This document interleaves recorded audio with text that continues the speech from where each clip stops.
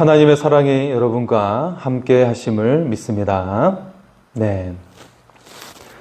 무더운 여름이고요. 또 장마가 오기도 하고 있습니다. 자, 더운 여름날에 여러분 가장 생각나는 것이 무엇인가요? 네, 시원한 물이 생각나기도 하실 것이고, 또 빙수, 그런 것들이 생각나기도 할 거예요. 에어컨이 켜진 실내, 에어컨을 켜고 싶은 그런 마음들 생각나겠죠? 젊은이들은 아이스 아메리카노, 아이스 아메리카노가 생각이 날 겁니다. 물론 요즘에는 나이 상관없이 많이 좋아하죠. 그렇다면 평소 여러분이 원하고 있는 욕망은 무엇인가요? 사람은 저마다 욕망이 있는데 여러분은 어떤 욕망을 가지고 계신가요?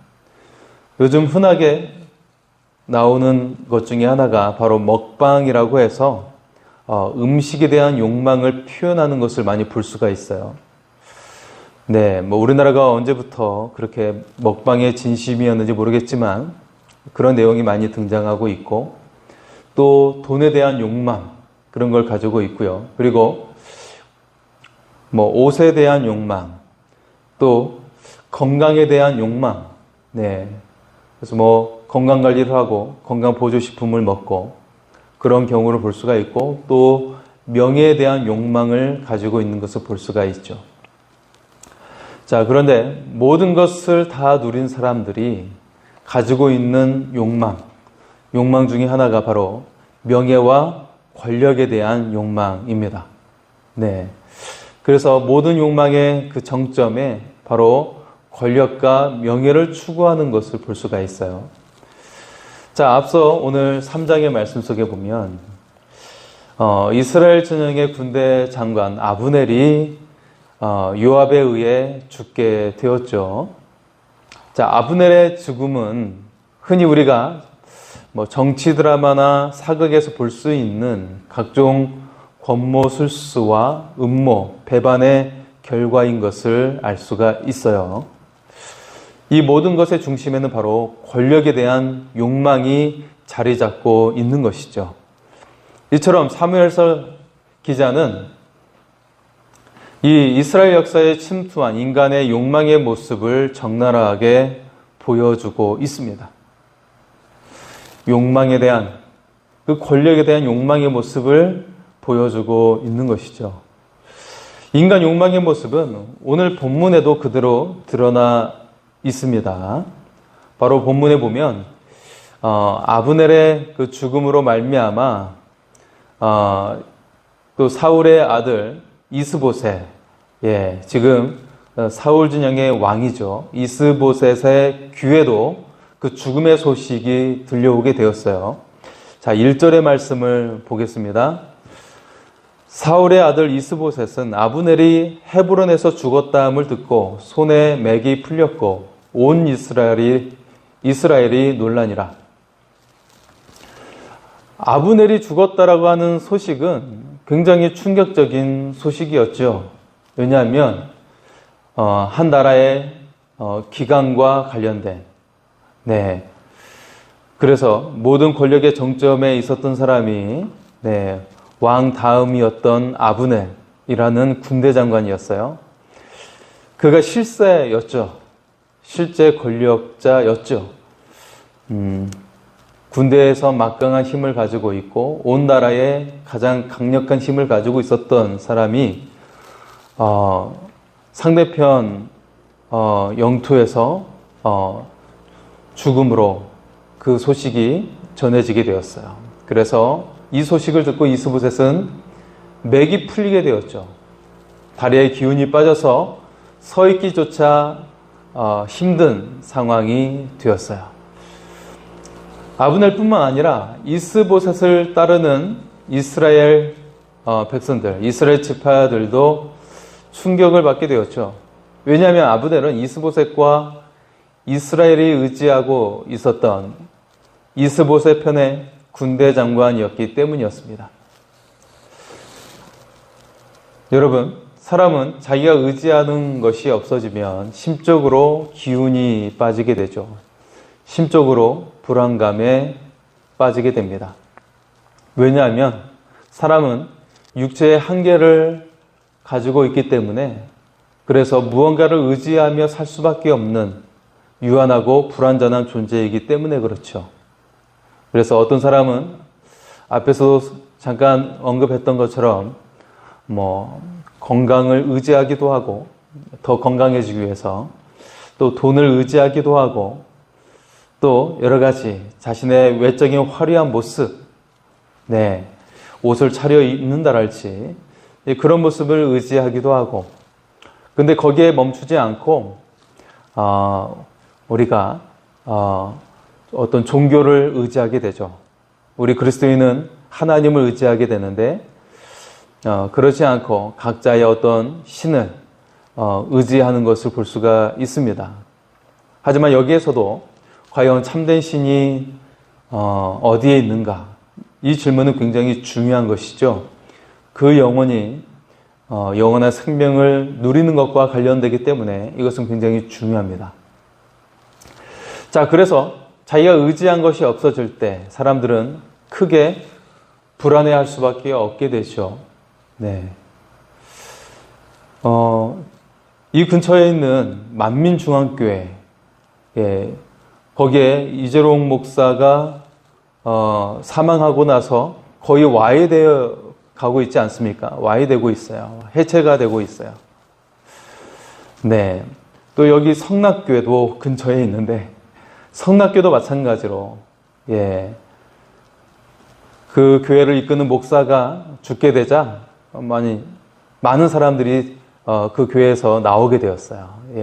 굉장히 많은 사람들이 나오게 되어서 여러 가지 안 좋은 소식들이 들려지고 있죠. 이처럼 자신이 의지하던 사람이 의지하고 있었던 존재가 사라지게 되고 죽게 되면 사람들은 공포에 떨게 됩니다. 그래서 자신이 의지하는 것이 없어지면 영어로 말하면 패닉 상태에 이르게 되죠. 심리적인 불안 상태, 공황 상태에 빠지게 되는 것입니다. 그런데 또 사람이 의지하는 최정상에 있는 것이 바로 무엇이냐면 그것은 바로 돈이죠. 하나님보다 크다고 여기고, 하나님보다 더 중요하게 생각하고, 하나님보다 더 힘이 세다고 믿는 존재가 돈인 것을 또 볼 수가 있어요. 왜냐하면 돈이 없으면 사람은 제대로 삶을 영위할 수 없기 때문에 돈을 많이 의지하고 있는 것이죠. 그러게 돈이 없으면 불안하고 위축되고 또 때때로 죄를 범하는 것도 볼 수가 있습니다. 그럼에도 돈보다 크고 돈보다 중요하고 돈보다 힘이 있는 존재는 바로 하나님이심을 믿습니다. 돈이 사라지면 삶이 힘들 것 같지만 그럼에도 불구하고 그 모든 것을 좌지우지하는 분은 바로 하나님이라는 것이죠. 사실 오늘날 역사와 관련된 책 가운데 거의 경전으로 일컬어지는 책이 있어요. 그것이 무엇일까요? 잠시만요.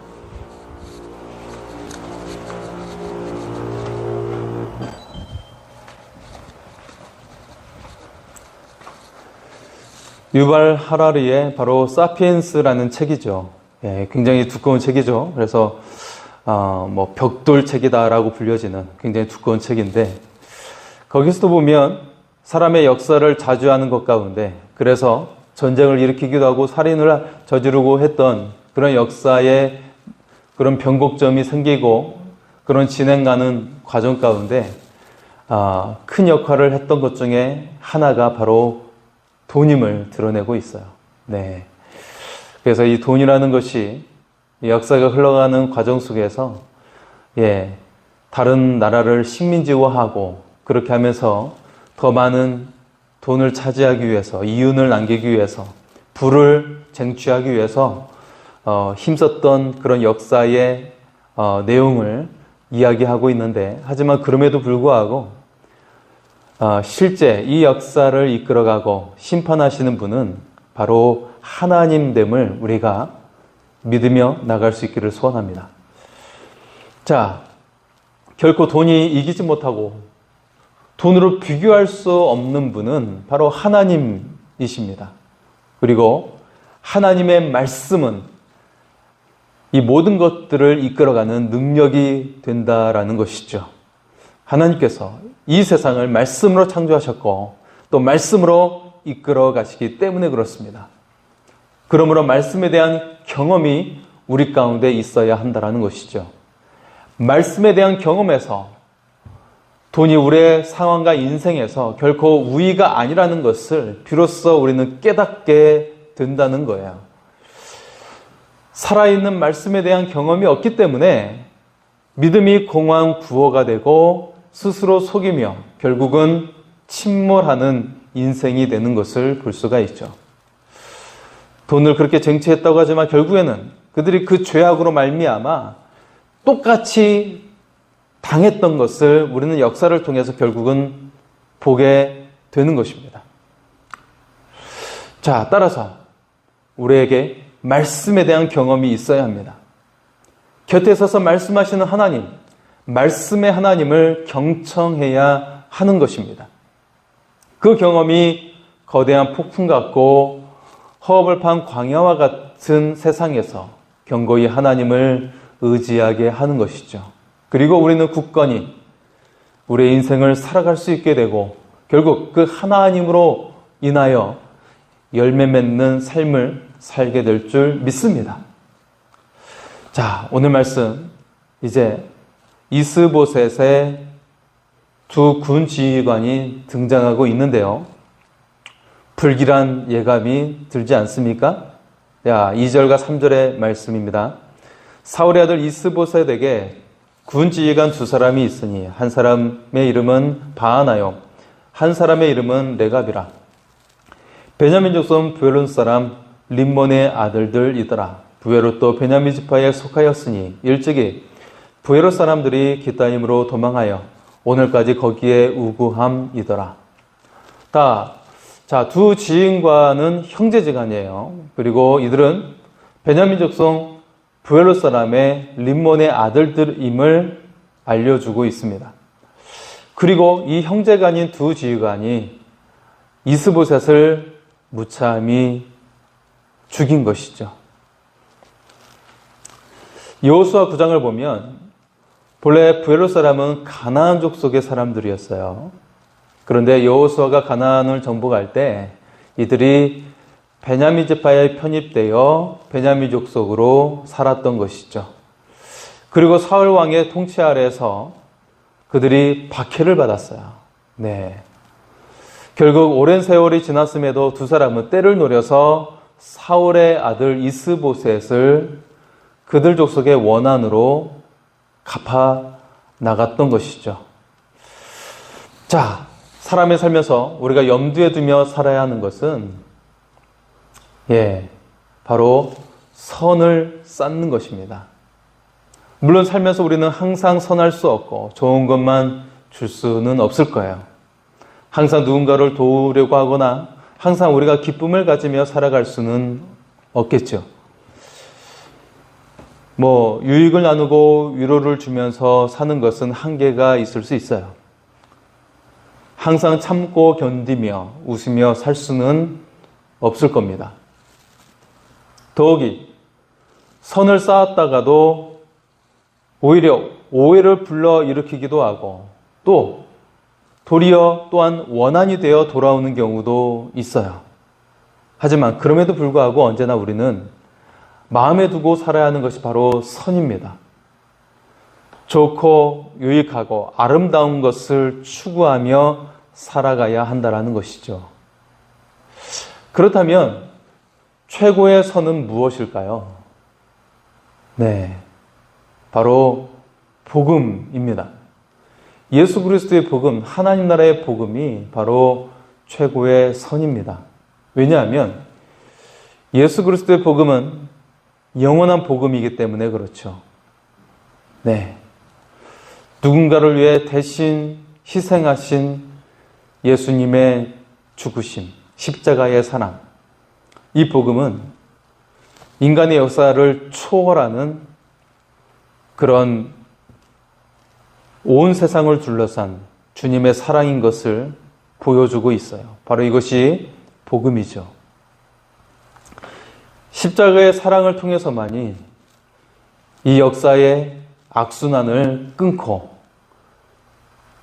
그 불행의 수레를 멈추게 하고 새로운 역사를, 새로운 미래를 열게 하는 것을 우리가 믿으며 나갈 수 있기를 소원합니다. 그래서 이 복음은 단순히 우리가 예수 믿으면 천국 간다라고 하는 것에서 멈추는 것이 아니라 세계의 악한 순례, 그 모든 역사의 모순된 상황을 멈추고 밝은 미래로 우리를 이끌어 준다는 것이죠. 이것이 바로 복음입니다. 자, 거기는 영원한 구원이 있고 또 인생과 영혼을 회복하는 소망이 열리게 되는 것입니다. 이것이 바로 복음이에요. 인간의 관계도 회복되어질 수 있게 하는 것. 우리도 십자가의 사랑을 따라 비록 그가 우리에게 악행을 저질렀지만 용서하고 포용할 수 있는 것, 안아줄 수 있는 것. 이것이 바로 복음이에요. 여러분, 누군가 나에게 해를 입혀서 그에게 원수를 갚기 위해서 평생 살아간다면 그거보다 더 큰 불행이 없고 그 자체가 바로 지옥인 것을 볼 수가 있죠. 우리는 중국의 많은 무협 소설과 그 이야기를 통해서 그런 이야기를 듣지 않습니까? 반드시 내 가족을 죽인 원수는 갚아야 한다고 하는 것이 그 무협의 일반적인 내용인 것을 볼 수가 있어요. 하지만 그렇게 원수를 갚았을 때 평안할까? 절대 그렇지 않다라는 것이죠. 원수를 갚았는데 그 옆에서 그 어린 자녀가, 그 원수의 어린 자녀가 자기를 바라보고 있어요. 그럼 어떻게 되죠? 또다시 그 원수가 반복되는 거예요. 네. 비록 직계 가족이 아니라 할지라도 그 옆에 있는 사람이나 그 원수에게 또 좋은 덕을 받던 사람들이 또 그에 대한 원수를 갚으려고 하는 그런 일이 반복되는 것을 볼 수가 있죠. 이처럼 이 악한 수레를 끊어버리게 하는 것은 바로 복음에 있습니다. 십자가의 사랑에 있는 것입니다. 원수까지도 사랑하라고 하신 주님의 말씀과 그 복음 가운데 있는 것입니다. 여러분, 우리는 원수이지 않았습니까? 우리는 죄를 범하지 않았습니까? 우리는 예수님 앞에서 원수이지 않았습니까? 다 죄를 범했었고 다 누군가를 미워했었고 마음속으로는 살인하는 죄를 범했을 것이고 그런 죄악을 우리는 살아오면서 짓지 않았습니까? 우리는 모두 하나님 앞에서 예수 그리스도 앞에서 죄인이요 원수였어요. 주님의 원수였어요. 그런데 그 주님의 그 십자가의 그 사랑으로 인해 그 복음으로 말미암아 우리가 구원받았고 그 주님의 사랑으로 인하여 우리가 하나님의 자녀가 되기까지 한 것을 믿습니다. 따라서 우리도 이 복음의 이 중요한 가치를 가지고 이 중요한 진리를 가지고 우리가 살아가며 우리도 사랑을 실천하는 하나님의 자녀들이 될 수 있기를 소원합니다. 자, 이어지는 말씀은 요나단의 아들 무비보셋이 등장하고 있어요. 4절의 말씀입니다. 사울의 아들 요나단에게 다리 저는 아들 하나가 있었으니 이름은 무비보셋이라. 전에 사울과 요나단이 죽은 소식이 이스라엘에서 올 때에 그의 나이가 5살이었는데 그 유모가 안고 도망할 때 급히 도망하다가 아이가 떨어져 절개되었더라. 자, 4절은 언뜻 본문의 상황과는 어울리지 않는 삽입된 말씀 같아요. 그러나 이 4절의 말씀은 결코 의미 없이 삽입된 말씀이 아니라 이어지는 사울의 아들 이스보셋의 죽음으로 사울 집안이 완전히 종식된 것은 아니라는 것을 보여주고 있죠. 네. 자, 하지만 그럼에도 불구하고 이 마지막 남은 무비보셋이라는 사람이 어떤 상태에 있어요? 두 다리가 다치게 되어 절개된 상태임을 보여주고 있어요. 이를 통해 사울 왕가가 끝났음을 보여주고 있는 말씀이죠. 사울 왕가의 종말을 보여주고 있습니다.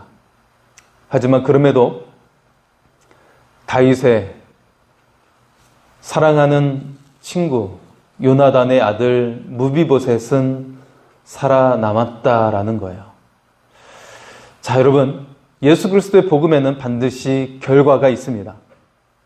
인생에서 베푼 성년도 자신이 미처 모르는 복된 결과가 오게 되는 것처럼 하나님 나라의 복음은 거기에는 반드시 결과가 있어요.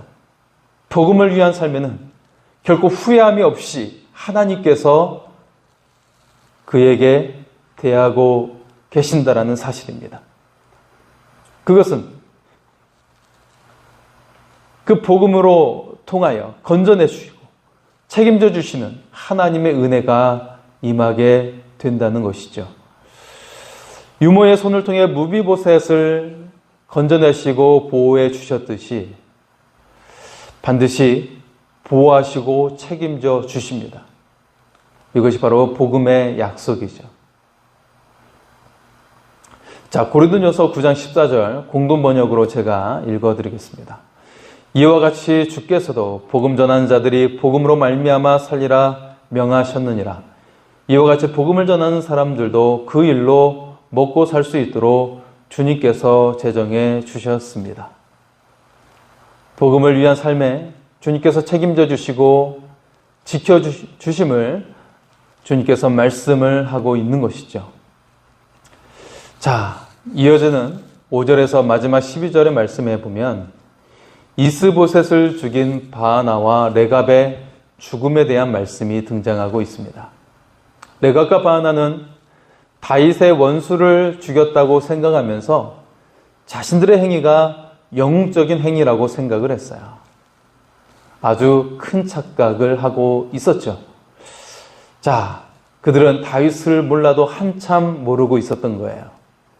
자신의 저급한 야망과 출세욕이 다윗과 같을 것이라고 착각을 하고 있었죠. 그들은 자신들의 수준으로 다윗을 평가했던 것입니다. 그러나 다윗은 하나님을 경외하는 사람이었죠. 아무리 사울이 자신을 죽이려고 했어도 그로 인해 사울에 대한 증오와 분노가 쌓였다 할지라도 다윗은 하나님을 먼저 두려워했어요. 사무엘이 자신에게 기름을 부어 이스라엘의 지도자로 삼았던 것처럼 사울 또한 하나님께서 기름 부으신 왕이었음을 다윗은 잊지 않고 있었죠. 그래서 그에게 턱끝 하나 되지 않으려고 했던 다윗의 모습을 볼 수가 있습니다. 또한 전에 사울을 죽였던 자들을 처단했던 것처럼 레갑과 바하나를 향해서도 동일한 명령을 내리고 있습니다. 11절 후반절의 말씀입니다. 내가 악인의 피 흘린 죄를 너에게 갚아서 너희를 이 땅에서 없이 하지 아니하겠느냐. 다윗은 이들의 처단을 통해 새롭게 세워질 다윗 왕국의 가장 큰 원칙이 무엇인지 천명하고 있었던 것이죠. 그것은 자신이 통치하는 땅에 피 흘린 죄를 없이 하는 것, 곧 불의를 올바로 세우는 것이었습니다. 공의로 통치하겠다라고 하는 바로 이 원칙을 세우고 있었던 것이죠. 다윗은 자신이 사울에게 쫓겨다닐 때도 이 원칙을 잊지 않았어요. 왜냐하면 그는 하나님 나라의 뜻을 이 땅에 실현하기 위해 기름 부음을 받은 이스라엘의 지도자라고 믿었기 때문이었습니다. 자신에게 아무리 분하고 원통한 일이 있다 할지라도 그는 분노를 하나님께 맡겼어요.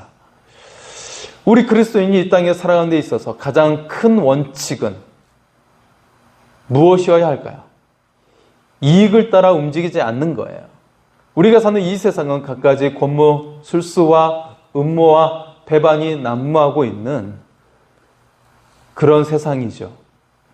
자기 이익을 따라 움직이고 있기 때문에 그런 일들이 일어나고 있어요. 심지어는 가장 친한 친구까지도, 또한 더 나아가 가족까지도 해치려고 하는, 자기 중심적이고 자기 이익을 따르려는 그런 죄악이 그 중심에 있기 때문에 그런 모습이 나오고 있는 것을 볼 수가 있죠. 이익을 따라 움직이면 필요악을 그걸 그대로 받아들이기도 하고, 그래서 죄악을 짓고 있는, 이처럼 세상의 가치관이 지배하는 그런 모습을 볼 수가 있습니다. 그러나 우리는 성령의 기름 부음을 받은 하나님의 자녀인 줄 믿습니다. 우리는 이익이 아니라 성령을 따라 움직여야 한다는 것입니다. 성령 하나님의 말씀을 따라 살아가는 것, 이것이 오늘 하나님 나라를 이 땅에 실현하는 방법입니다. 성령을 따라 우리도 주님처럼 자신을 내어주고 그렇게 사랑을 실천하며 살아가는 것, 그리고 선한 열매를 기대하며 선한 씨앗을 심는 것, 이것이 바로 복음을 지닌 사람들이 따라야 할 모습인 것입니다. 오늘 우리도 다윗처럼 하나님의 말씀을 따라 살아갈 수 있기를 소원합니다. 성령님을 따라 살아갈 수 있기를 원합니다. 하나님께서 다윗과 함께 하신 것처럼 여러분과 함께 하실 것입니다. 그리고 다윗에게 주셨던 풍성한 은혜를 여러분의 삶 가운데도 부어 주실 줄 믿습니다. 하나님의 은혜와 사랑이 여러분과 함께 하실 줄 믿습니다. 우리 시간에 먼저 그의 나라와 의를 구하라 찬양하고 하나님께 기도하겠습니다.